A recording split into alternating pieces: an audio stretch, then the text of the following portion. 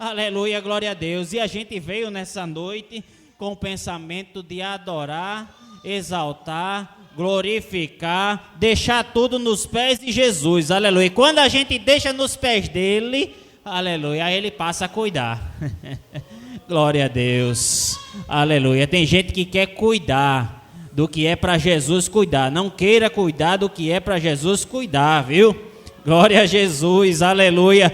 Eu estava ali conversando com o nosso presbítero e me alegro muito de ver um trabalho como esse, cheio, glória a Deus, a igreja em espírito de adoração, de ver as crianças adorando a Jesus, pois muitos nesse mundo afora já não têm essa oportunidade, aleluia, e nós temos essa oportunidade de adorar, exaltar o único que é digno de receber o nosso louvor.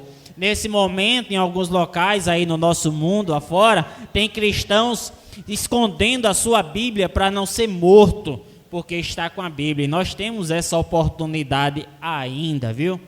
Temos essa oportunidade. Meus irmãos, eu estou feliz. Deus tem nos dado essa oportunidade de estar nesta congregação, nessa noite, escalado pelo nosso pastor. E as crianças passaram aqui, falaram muito bonito desse tema. Não sei se as crianças ainda lembram do tema do culto. Crianças, vocês lembram do tema do culto? Crianças amigas de Deus. Eu vou me distanciar um pouquinho do tema, mas não tanto. Mas eu vou ler apenas esse tema, do 13 ao 15, que diz assim: ninguém tem maior amor do que este, de dar alguém a sua vida pelos seus amigos. Vós sereis meus amigos se fizerdes o que eu vos mando. Já não vos chamarei servos, porque o servo não sabe o que faz o seu senhor. Mas tenho-vos chamado amigos, porque tudo quanto ouvi de meu Pai vos tenho feito conhecer. Glória a Deus. Esse é um tema muito bonito. E nós devemos realmente nos alegrar, ficar felizes, por Jesus ele nos chamar de amigos, irmãos.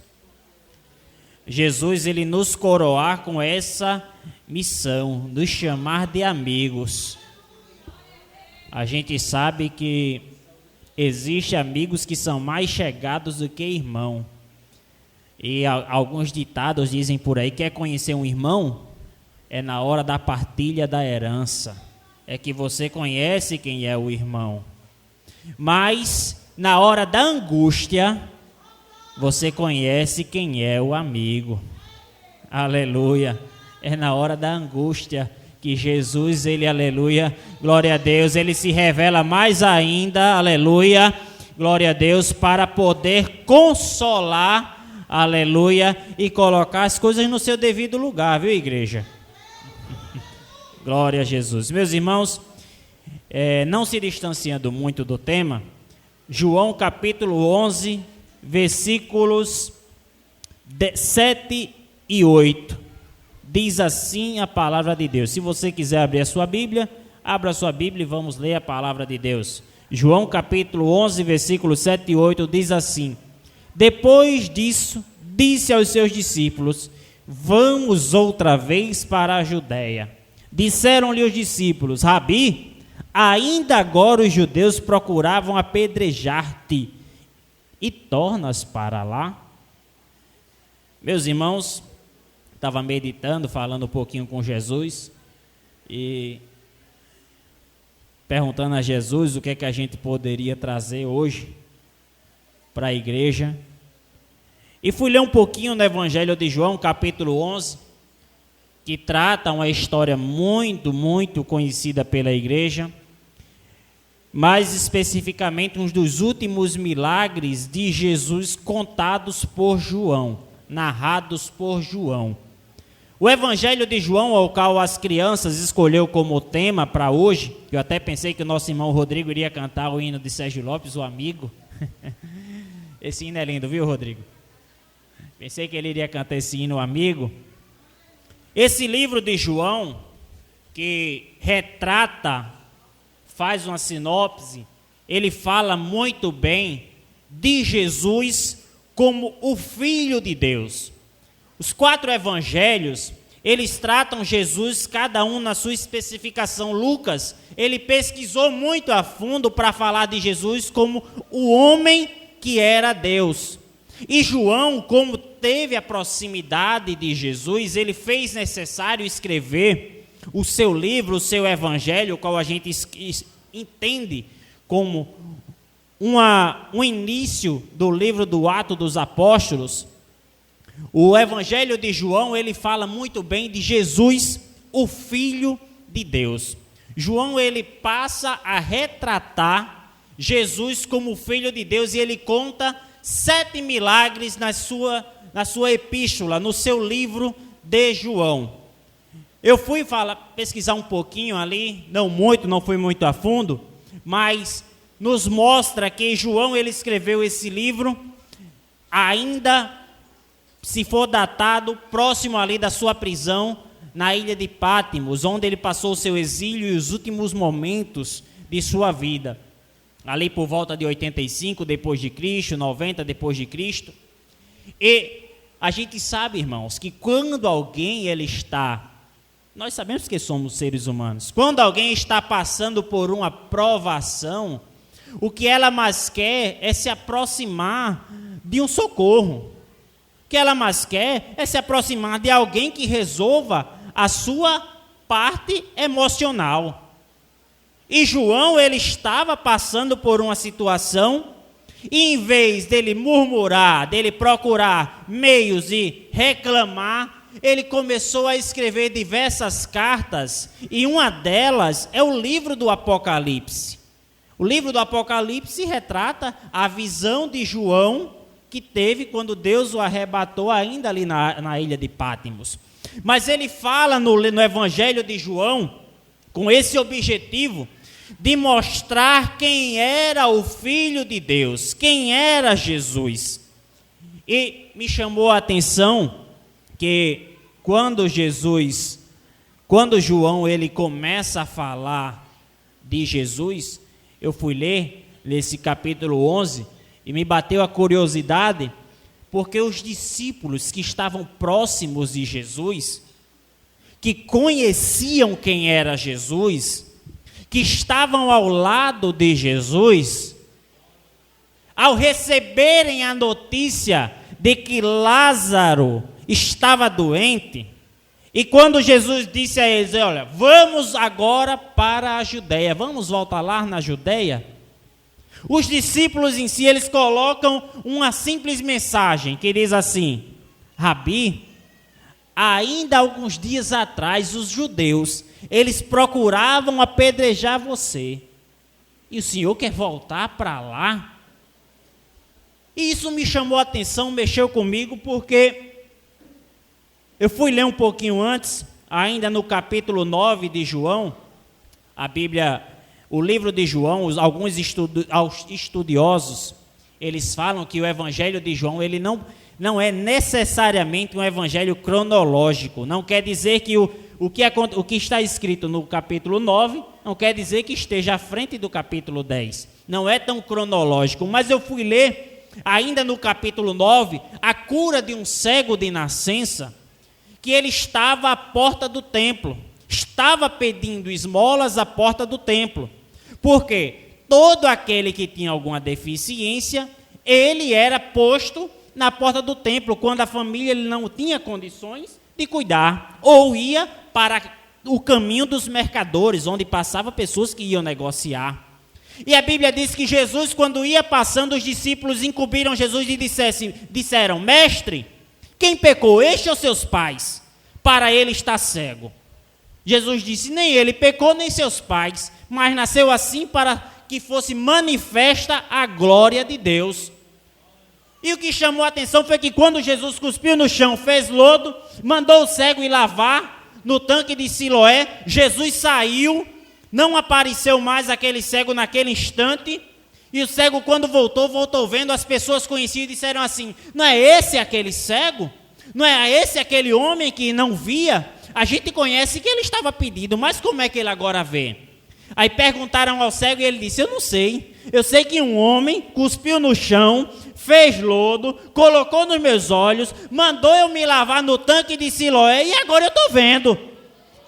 Eu não sei o nome dele, eu não sei quem ele é, mas eu sei que esse homem passou por aqui e transformou a minha vida. E os judeus começaram aquela briga, começaram aquela resenha, perdão, irmão, é a linguagem. Começaram aquela briga e começaram a questionar aquele homem, aquele rapaz, e mandaram chamar os pais. E os pais, com medo de serem postos na parede, de serem também condenados ou expulsos da sinagoga, chamaram os pais dele e disseram: olha, ele já é de maior, ele já sabe tomar conta da sua vida, a gente não sabe quem curou ele, mas a gente sabe que ele era cego, e chamem ele. Chamaram novamente o cego, o rapaz que era cego, e ele disse: olha, eu nunca vi na história alguém dizer que alguém curou, que seja por demônios, mas que esse homem que curou, ele é alguém muito diferente. Ele é alguém que cuspiu no chão e fez algo totalmente diferente na minha vida, porque eu era cego. E começaram a insistir, aí ele disse assim: vocês também querem ser discípulos dele? E os judeus ficaram, irmãos, ali com aquela ira, crescendo ainda mais a ira no coração, porque Jesus, ele estava mexendo no coração das pessoas. Jesus, ele estava fazendo algo diferente no coração das pessoas. Estava mexendo com as pessoas para o bem e estava também mexendo naqueles que queriam planejar o mal, que eram os judeus. Mais à frente, esse mesmo Jesus, ele começa a discutir com alguns fariseus, alguns escribas, ainda no capítulo 9, e chega o capítulo 10, Jesus ele começa a falar que ele é o bom pastor, e os judeus ficam indignados. E Jesus ele chama a atenção ainda na festa da dedicação, chama a atenção dos judeus, os fariseus ali, que eram ortodoxos, chama a atenção deles e dizendo que ele era o pão da vida e que ele era a luz do mundo. E os judeus pegaram pedras para apedrejar Jesus. E Jesus disse assim: olha, vocês vão apedrejar, então me diga por qual obra, qual das boas obras é que vocês desejam me apedrejar? Aí eles pegam e dizem: olha, nós não vamos se apedrejar pelas boas obras. Por quê? Porque sabiam que o que Jesus já tinha feito até aquilo dali, até aquele momento, nada tinha de crime. Sabiam que o que Jesus tinha feito em Caná da Galileia, no paralítico do tanque de Betesda, na cura desse cego, nada que Jesus tinha feito até ali, aleluia, era de mal. Tudo o que Jesus tinha feito era libertar vidas, transformar vidas e mexer com o coração das pessoas. Aleluia. E eles pegaram as pedras e disseram: olha, ficaram sem ação e disseram assim: a gente quer te apedrejar por blasfêmia. Ele fez: mas eu falo a palavra de Deus. Jesus pegou novamente. Mas a Bíblia diz que Jesus se retirou, foi para a área do Jordão. E chegando lá na área do Jordão, chega alguém um dia como outro qualquer e diz assim: mestre, Lázaro, aquele teu amigo a quem tu amas, ele está enfermo. E mandaram chamar você. As duas irmãs dele, Marta e Maria, mandaram te chamar, Senhor, porque ele está muito enfermo e essa doença, algumas pessoas temem que ele morra. Aí Jesus não responde nada e volta ao mensageiro. E a Bíblia diz que Jesus ficou 2 dias no lugar aonde estava, ali naquela região. Alguns até dizem que Jesus não se importou. Aleluia. Mas eu quero dizer que Jesus ele se importa com cada ação e cada momento, e ele só chega no tempo certo. Jesus ele só se movimenta no tempo certo. Aleluia. Ele só aparece, aleluia, para reagir e para fazer o que ele tem de fazer no tempo certo. Glória a Deus. E a Bíblia diz, irmãos, que quando Jesus, ele chama seus discípulos e decide ir para a aldeia de Betânia, os discípulos chamam Jesus novamente e dizem assim: mestre, a gente estava lá naquela região, não faz muito tempo, que eles até pegaram pedra para apedrejar-te. e o senhor quer voltar para lá? Aí Jesus começa a dizer a eles assim: olha, não tem 12 horas no dia? Se alguém andar de dia, não tropeça, mas se andar de noite. Jesus já estava dizendo o que João ele começou a dizer no capítulo 1. Aleluia, que ele é a luz da vida que resplandeceu nos homens. Aleluia, e os que eram seus não os receberam. Ou seja, os judeus que eram para receber Jesus não receberam. Eles tinham a vontade de apedrejar. É tão tal que o sumo sacerdote, logo após o capítulo 11, o sumo sacerdote Caifás, ele planeja no coração, ainda na Páscoa, assassinar um homem. Levar para o povo um homem para ser assassinado. E ele cita para os que estão ali: vamos levar esse Jesus? Porque ele está causando muita algazarra. Aí eu volto a dizer: Jesus ele mexe com o homem, viu? Aleluia, Jesus ele mexe com o homem, aleluia, glória a Deus. Jesus ele incomoda ainda muita gente, viu? Aleluia, Jesus ele ainda mexe no coração de quem diz que não tem jeito, de quem diz que é o grande, de quem diz que é poderoso. Jesus ele mexe, viu? Aleluia, tem gente que diz assim que é poderoso: ah, eu posso, eu sou, eu mando, eu faço, aqui quem manda sou eu. Jesus ele ainda mexe com o coração do homem. Glória a Deus. E para a gente ganhar tempo, Jesus, ele chega ali naquela aldeia, na porta da aldeia, sai de encontro uma mulher, cai nos pés de Jesus, e ao cair nos pés de Jesus, ela diz a seguinte frase: Senhor, se o Senhor estivesse aqui, meu irmão não teria morrido. Aí Jesus olha para ela e diz: mulher, ele há de ressuscitar. Aí ela responde: eu sei que é na ressurreição do último dia. Agora veja a lógica. Quando Lázaro estava ainda vivo e doente, a primeira coisa daquelas duas mulheres foi mandar chamar Jesus. Mas quando Jesus chega, a primeira coisa que ela diz é: Senhor, se o Senhor estivesse aqui, meu irmão não teria morrido. O que é que eu trago para a gente, irmãos, com essa frase? Às vezes a gente coloca as coisas nos pés de Jesus e esquece em quem é que a gente está entregando. E começa a questionar, a querer adiantar o tempo, e a dizer assim: Jesus, se o Senhor viesse por aqui, Jesus, se o Senhor fizesse assim, Jesus, se o Senhor mexesse com alguém desse jeito, Jesus, se o Senhor trabalhasse assim. Aí Jesus começa a dizer: olha, mulher, tu não sabes com quem é que tu está falando. Tu não sabes com quem é que tu está colocando as coisas na mão, aleluia, glória a Deus. Você colocou as coisas na mão de quem resolve tudo, aleluia. E se Jesus tivesse aparecido antes, aleluia, os próprios judeus, aleluia, que estavam querendo apedrejar, eles não creriam. Porque o que Jesus tinha para fazer, aleluia, não era curar Lázaro, aleluia, era ressuscitar Lázaro.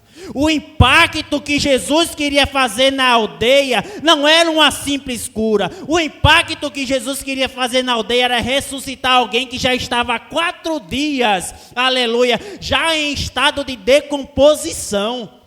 Imagine o milagre, o impacto que Jesus queria fazer no coração, aleluia, daquela aldeia. Aleluia, glória a Deus. A Bíblia diz que, ainda no versículo 45, que muitos que estavam observando, creram. O que você está colocando nos pés de Jesus, às vezes ainda não aconteceu, aleluia, porque o impacto que Ele quer fazer, aleluia, glória a Deus, é grande, viu? Não é coisa simples, nem coisa pequena não. Às vezes você está esperando Jesus chegar pela direita, Ele está chegando na esquerda com algo totalmente diferente, viu? Aleluia, glória a Deus. A gente olha na história, irmãos, a gente olha na história, glória a Deus. Jesus, quando Ele ia passando ali no caminho, aleluia, Ele encontrou um homem chamado Bartimeu. Ele pedia esmolas, mas Jesus devolveu a vista. O cego de nascença que a gente acabou de falar, ele não pediu nada. Jesus deu visão. Aleluia, glória a Deus. O que é que a gente está colocando nos pés de Jesus? Aleluia, glória a Deus. Se não aconteceu ainda, é porque Ele está preparando um grande impacto. Glória a Deus. Aleluia, Ele está preparando coisas grandes. E o que está nas mãos dEle, aleluia, para fazer, deixe com Ele. Aleluia, não queira movimentar o que não é para você fazer. Deixe nas mãos dEle. Aleluia, entregue nas mãos de Jesus. Aleluia, porque quando Ele chega, aleluia, até um morto de 4 dias, irmãos. Algo impossível pela ciência, irmãos. Impossível pela ciência. A ciência diz que alguém já em estado de decomposição não tem como. Mas Jesus, ele chega depois de 4 dias e diz: Lázaro, vem para fora. Aleluia. Eu quero agradecer a oportunidade, mas deixar para você apenas essa simples frase na mensagem. Você pode não levar tudo que a gente falou, mas Jesus, quando ele chega, ele mexe com o coração do homem.